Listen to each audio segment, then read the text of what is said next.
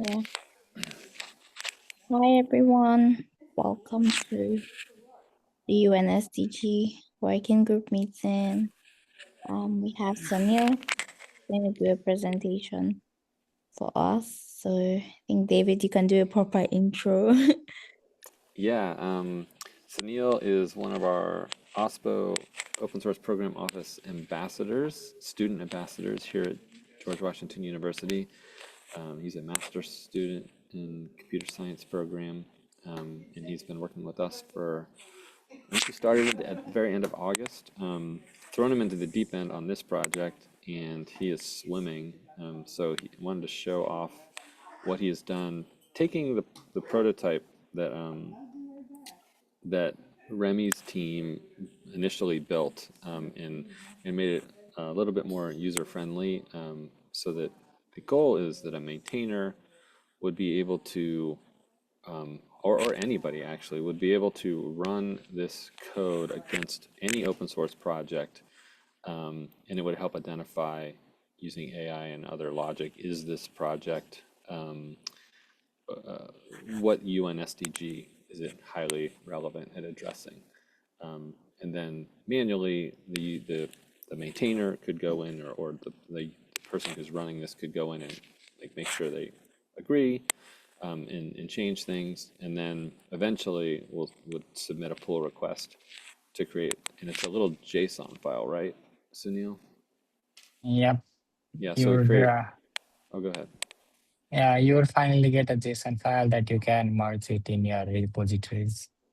Right, so the JSON file would then be something that GitHub APIs could search for and really help us get a better handle on who's doing what in open source with respect to the UN SDGs. So are you able to share your screen, um, Yep. and show what you got? And this is like early draft. We're hoping, we'll just do the demo now and record that, but we'd love to get anybody's thoughts on ideas for how we can design it, improve it, and then eventually roll it out, so that people can really start using it. Are you able to see my screen? Yes. Okay. So let me just start with what I'm doing with the prototype. So the main goal of our UNSDG classifier is any of the project that user have in their GitHub repository.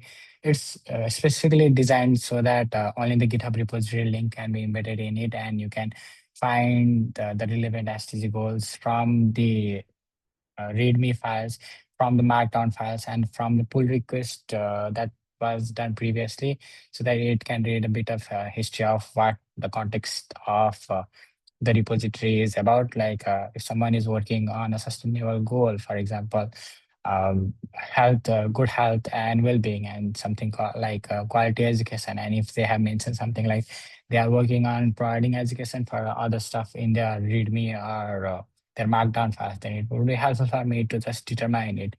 So what I have done is it's just a simple, I'm just asking a simple link from the contributors, because most of the people who are doing contributions and those stuff, um, uh, they put their code or contributions in the GitHub. So it's easier for them if we can just get their GitHub link and just embed here with our project. So this is just the first page of what we have.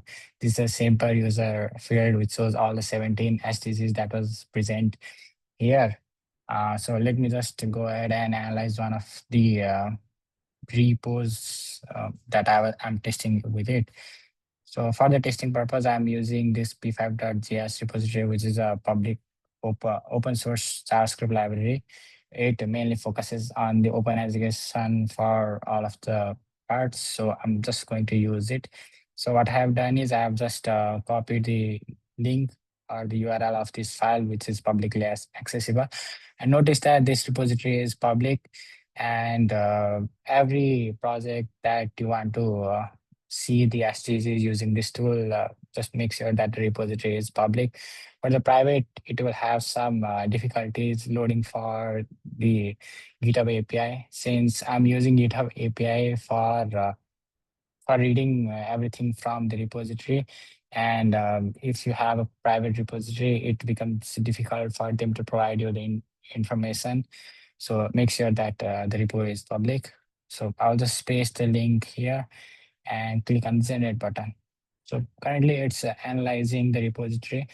So in the backhand side of the part, what's happening is it just using a transformer. It's called a sentence transformer. It's just a mini LLM. What it does it based on the context of the context of a sentence.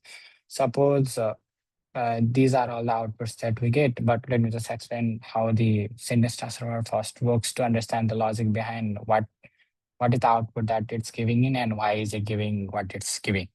So let me just share you what I'm working with it.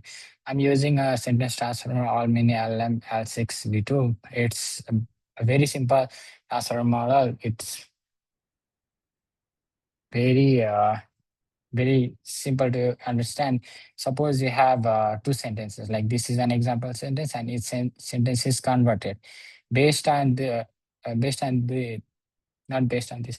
For these two individual sentences, if you want to classify them, then what is the probability that the classifier will be more aligned with one of each? So like, what does this is an example sentence mean for for a model, and each sentence is converted for a model. Similar to that, whatever the readme, like if it's going through PF, P5.js is free and open source JavaScript library for accessible creative coding.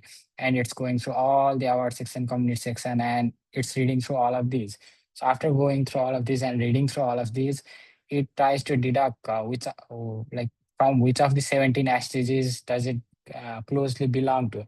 It is basically inferring the sentence, inferring the meaning of what the user want to put from his draft, from the sentence, so that it finds a very near STGs that I have put our code in the backend. Like based on whatever is the relevant, it will show you the output. So as you can see, the highest probability that it showed is quality education, and it gave a probability of 95%, which is a decent percentage to be encountered. And it's giving affordable clean energy and decent work and economics. These three might be closely relevant to the p5.js repository that I'm using. For this, I'm using basically a trace, like the LM model is going to just give me a percentage of confidence, right? So after I get the confidence, like this might be the very relevant or this might be a high match for the repository. I'm using a scale of 90% and above for of a confidence score to be selected as high match, and 70% above to be called as a medium match, and 50% above to be called low match. So as you can see that it's giving 10 results on maximum, like, but here there might be some false positive also. Maybe it doesn't talk about no poverty and it's still giving 84%, which might need some refinement and more need some external help to deduce that it is not in the no poverty line. But it's giving a high match for the ones that it strongly believes, which might also be the SCG goal that it should be predicting. But along with that, it's giving false positives also, which might not be the case for most of it. So I'm currently working on improvising the system so that this doesn't happen, and it would give us the right output rather than giving lots of wrong outputs. So this is just a basic screen of what the output is. But suppose there is an STG that you feel like it doesn't belong here. Suppose that STG1 should not be here and it shouldn't have such high percentage of confidence for you. Then what you can do is just maybe you need some edits, and you can go to the no poverty STG, and you can just delete it. And whenever you delete something, it's basically saying that the model predicted it to be no poverty, but it's actually not no poverty. So the confidence score for is at 0. So it resets its value to 0, so that we know that the model made some mistakes, and we know that the user don't want it to be happen again. So just we make sure that it doesn't happen like that again. So for this, you can see like the confidence score for each, but you cannot change the confidence scores for each. Maybe in the future we can see what the next step for it will be. But for now, it's just giving the outputs that the model predicts, and I'm just showing it in a simple format. And maybe there is an STG that you feel like it's not here and you want to add it. Maybe it didn't predict it rightly and you want to add it. So what you can do is you can just click the add new STG button and you can add it manually. I think it's already there. Okay.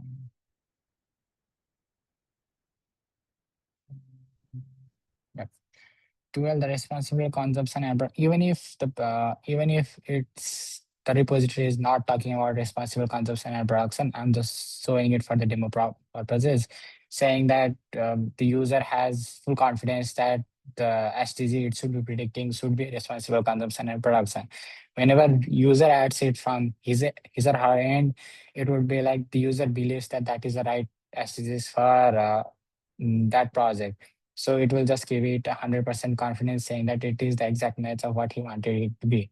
So you can just add the new SCG and it will give 100% confidence. So you can just save the change and you will have new sets of SCG that is closely matched with it. And you can see that even if that was 0%, it's still there to show us that that was not the right prediction that it did. So after doing all of these and having all these assumptions that we gave, like half of it might be right or half of it might not be right. Even after that calculation, user can just go ahead and make the relevant changes and make sure that the STG that it want to be put in the repository is the exact one of what it should be. So after that, you can just, after getting to the final point, you can just download the STG analysis file, which is just a simple JSON file. Let me just show you. Can you still see my screen or is it just showing you the... Oh, I see I'm not seeing the JSON file anymore. Like I try and show the JSON file. yeah, wait a second. Let me I think change it's my still screen. on it's still on the tool. Find the problem. Can you see I the finder? see the JSON, yes. Back again. Private Mozilla. Yes, so this is the JSON file that's being downloaded for the user. So they can just see it and they can just put it in the repository that they are working in as a simple pull request or maybe a simple commit. So yeah, this is the final result that we want the user to have in their repository. So yeah, this is what I've been working. That's awesome. Great work, Sanyo. I must really commend your design. I love the UI design. It's very catchy and the font. And then I think the functionality is great. I do have some questions or maybe a question, maybe something that I think might help as we like work on it. So I have like there's an example project I want to share at the CHAOSS project, which uses like a bot to kind of like scan through similar process of like the LLM you showed, like how it scans through the repository to like identify I think like words or sentences that really fits into the context of SDGs, right? So in this case, it doesn't really scan the entire repository, but instead it scans a particular file that we tell them to create, right?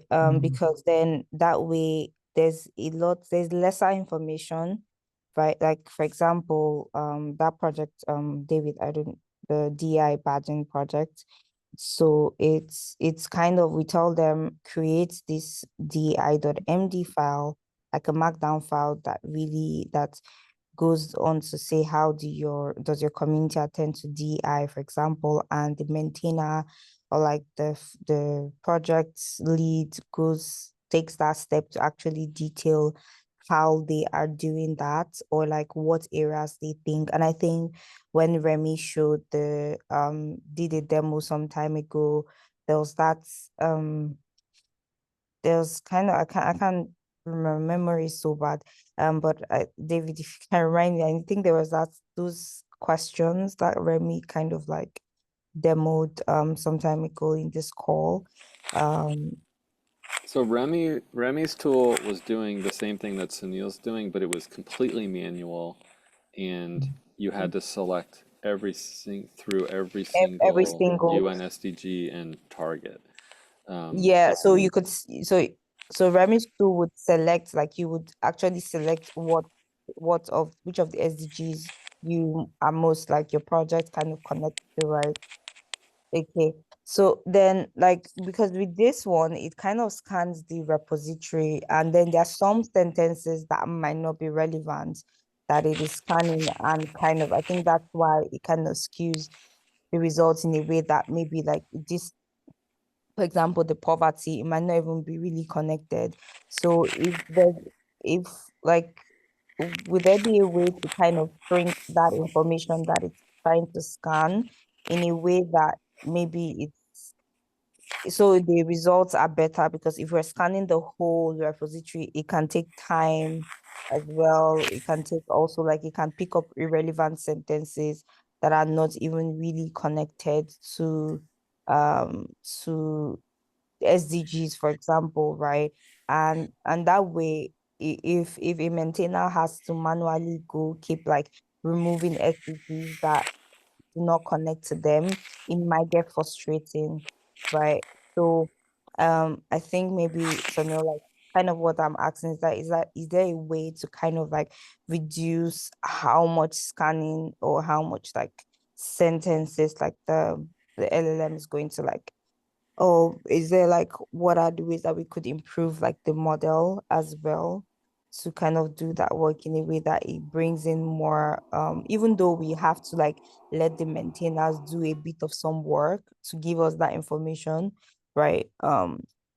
So I think that's my question, but this is great work. I love how is like you had a very good demo because usually with demos it goes really south and like things begin to break. So like that was actually really smooth, and well done on like the work that you've been doing. So yeah, I'll let you answer that, and then I have another question for David. Thank you for the kind words, actually. And you are actually 100% correct on reducing the scanning part.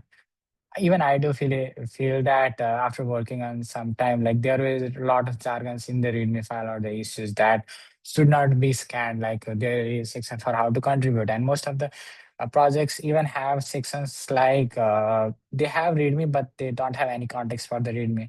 And when I'm scanning README, I need some context to even determine what I'm going through for it. So like even I thought that for the future enhancement, it would be better to get a certain feedback from the user, maybe like a text description of what they are working on, very relevant to the UNST, similar to what you were talking about, the DEI.md file. If there is a standard MD file or a standard file from where they can just inject that they can just inject in the pipeline so that it will produce the output that they desire, then it will be very helpful for me also. Because even scanning through the whole thing and finding keywords in the repository will not make sense, because there will be a lot of things that doesn't need to be analyzed. And if you want the model to have a good output and good predictions, then I do think that we need better input from the user. So yeah, I think you are correct, and maybe we can just have it as a future enhancement, and I can add Yeah, some more things exactly. in it. Mm-hmm. So like I just dropped a link to the project that I was talking about. So if you could, maybe you could get more context on like bi.md file and kind of like how that bot works. But like I see like this is a very great tool, like in the way that it just gives you that information, and for especially for projects that do not really know how to like figure out like what SDG they're connected to, how they can like I think it's very great. Then on the home page, I think I just remember the second question, the second feedback I had on the homepage. I think we should make it so maybe this is just like a general question too.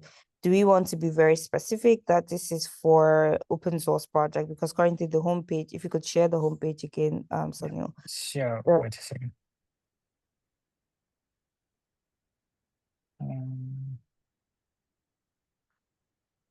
Yep. Can you see it? So like, yes, I can see it. The text on the homepage says like it's a simple tool that I like identifies relevant UN SDGs based on the content of a GitHub repository. So you can, or maybe saying we check which UN SDG goals your open source project satisfy. So it's you know more and that's if you want to make it very open source specific, or this is just like a tool for any public project that is also not open source. So maybe that's a general question that maybe David could also chip in as well. Yeah, I like that. I think because Sunil, you said it when you gave the demo. It's only for public projects. So I think making that really clear in this page makes a lot of sense to me. Yep. And I agree with the other comments too, Ruth. I think you're spot on.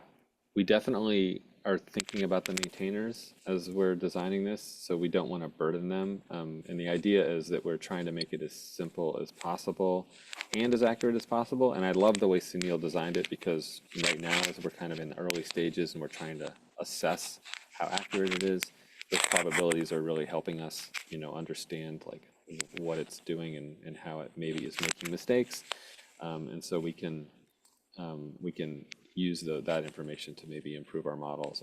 And I think one of the ways that you guys mentioned that I really like is letting the person not just enter the project, but also enter in some other data that maybe is like descriptive. Like maybe they could enter in the project repo and then also upload a document or link to a website or something that may have more descriptive information about the project that would really improve the results.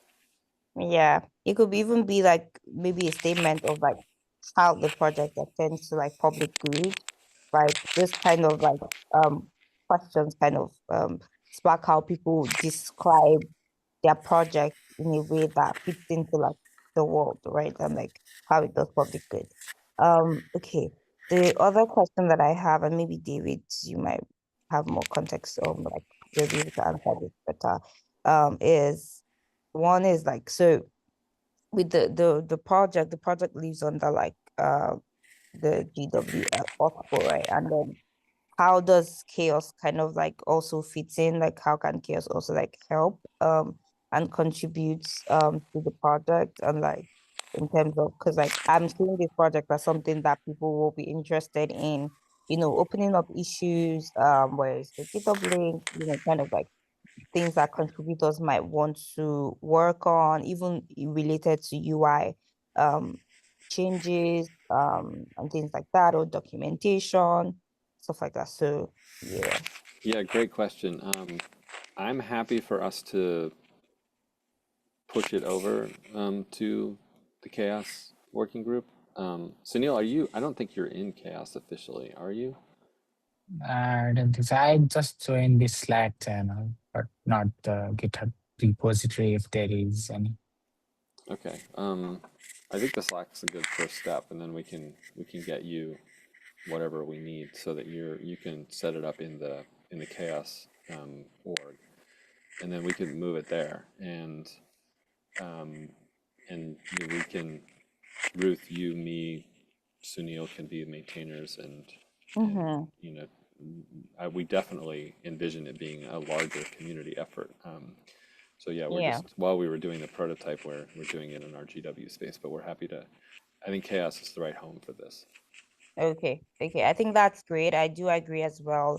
And then all those credits and everything is definitely going to always be there with like VW also for like developing this and also maintaining it as well. And we could also pull in from like especially like with the Chaos Africa chapter, I know like there are some developers and designers and people that are doing documentation there that can also like help with building this up. I'm really excited, by the way. I think this made my day. So that's really good. Awesome.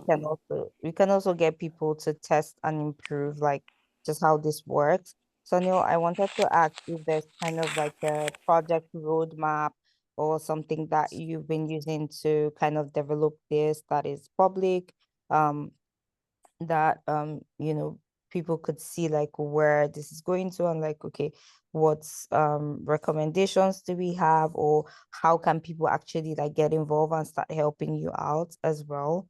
So yeah. Yeah. Currently, I don't have a roadmap, to be honest. I'm just building it and trying lots of things and trying to make it accurate as possible. And I think my first step would be having a way to make the predictions accurate as possible. After that, we can probably have maybe simple UI, work more on the tech side so that it is more user friendly to users, have it very easy and scalable. So things like that. But maybe I need some guidance for the roadmap, but yeah, we can definitely build one, to be honest. Oh yeah, sure. I could also kind of help there. I think you said you're already in the Slack, so maybe David could invite you to our working group channel. And I can make some time next week to really, and it's still currently because you were sharing from your local host, so I think it's not launched yet. Public, yes. It's not currently hosted. Since there are two sides of it, I have not yet deployed it anywhere because I have to figure out the hosting part, deployment part, data ingestion part, and the production part also. So I have not reached there. We probably will do it. Okay, that's no pressure there. It's just wanted to know. But yeah, I think those are all Yeah, my that is part questions. of what we're hoping to discuss. Is show the prototype, and when people see things, then they can have ideas. Like you've already had some ideas on how to improve it, and then we do want to like figure out, are we on the right track? What can we do to improve it? What design considerations do we need to take into account? One thing that we have been taking into account is trying to keep it free. So we're not using any LLMs that we have to pay for, and we want to, if we're hosting, we need to consider, we don't really have a budget for hosting, so how are we going to do that? Maybe we have to find a budget, or, but how can we do it on the real cheap? And yeah, and then roadmap, we've just been having conversations. Sunil has been doing a great job coding, and then, I'm like, oh, this is great. Can you try adding this or changing things? And he's doing a great job. So I think expanding those conversations to more people and helping us flush out, because I would like this to be something that's hosted, something that anybody can use, and then really start having people try it on their websites and sorry, on their repos, and seeing how confident they are if they like it. Because it just, and then the next step that Sunil and I were hoping to do, or one of the next steps, was to have it auto create a pull request, so anybody could run this, and if it had some accurate results, then, and we have some work to do on the JSON file itself, because I was looking at it and it's not quite. We need help with like how we're going to design that JSON file. We don't want it to be a big JSON file, but we want it to be something that an API can definitely query and get information back so that you can search. The whole point of this is to discover all the open source that is directly relevant to UN SDGs. So we want to get these JSON files all over the place, and then the APIs can do the work and say, there's millions of open source projects, 10,000 doing climate action, there's 5,000 doing water Yeah. safety, etc. And let people like dive and and into it and find the things that they're Yeah. excited about. Yeah, it could also work. There's like a potential feature that I see for it having like a discoverability platform in the where it like lists like this project, maybe projects you've identified or people that have used and identified where that project fits in. And then it could just have that list for people can look at, and like people that are interested in SDG work, funding and all the rest can really look at to identify projects that they want to, participate in or check out, right? Like that's a potential feature that I see there. I think maybe next steps is since like if this is it's a certain like you could live under chaos. It's I think moving repositories and then kind of planning a timeline to keep developing the features or improving the model like Sonia said, and then having a launch or the prod like an early phase of it. Like that's really similar to how badging started, right? If you see like the URL is badging.chaos, I think dot community. So the Linux Foundation kind of like has this domain chaos.community. So like we just request aliases like this from them. So that's also something that can potentially happen to at least lower that cost on our end. So yeah. Oh, that's great. So the Linux Foundation might be able to pay for the hosting or what we need. Yeah, it just has to go like the way this badging.chaos the community works. Like it's just like we just request for the Okay, things. that's great. Yeah, we'll follow your lead. We used the badging project for our conference last year, so I'm very familiar with it. Okay, it sounds good. Yeah, maybe I'll just follow up with Elizabeth once this because I'm sure there are some people that might be interested in seeing this demo since it's like recorded. We could share it in the channel. Absolutely. Okay. Great job, Sunil. Thanks so much. Thank you. Yeah, Thank great you job. for everything, and thank you for the guidance actually, because I needed a lot of feedback so that I can work making it better. So thank you for the feedbacks and everything. Yeah, it's a really, really good start. I really like it. I Me agree too. with Ruth. The design is really sharp. Yeah, I know. I think it's very Not a lot simple and of intuitive, which is nice too. Yeah, it's so simple. The color is great. Like it's just, put your project there and just figure out what's SDGs you fall under. That's like such a very easy functionality. Mhm. Awesome. Um, Are anything there else? like any other things? I don't think I have any other thing. I'm not participating in any conferences this fall, so just Do you trying mind to get stopping the that. recording? Oh yeah, sure. Hold on. Where is it? Okay.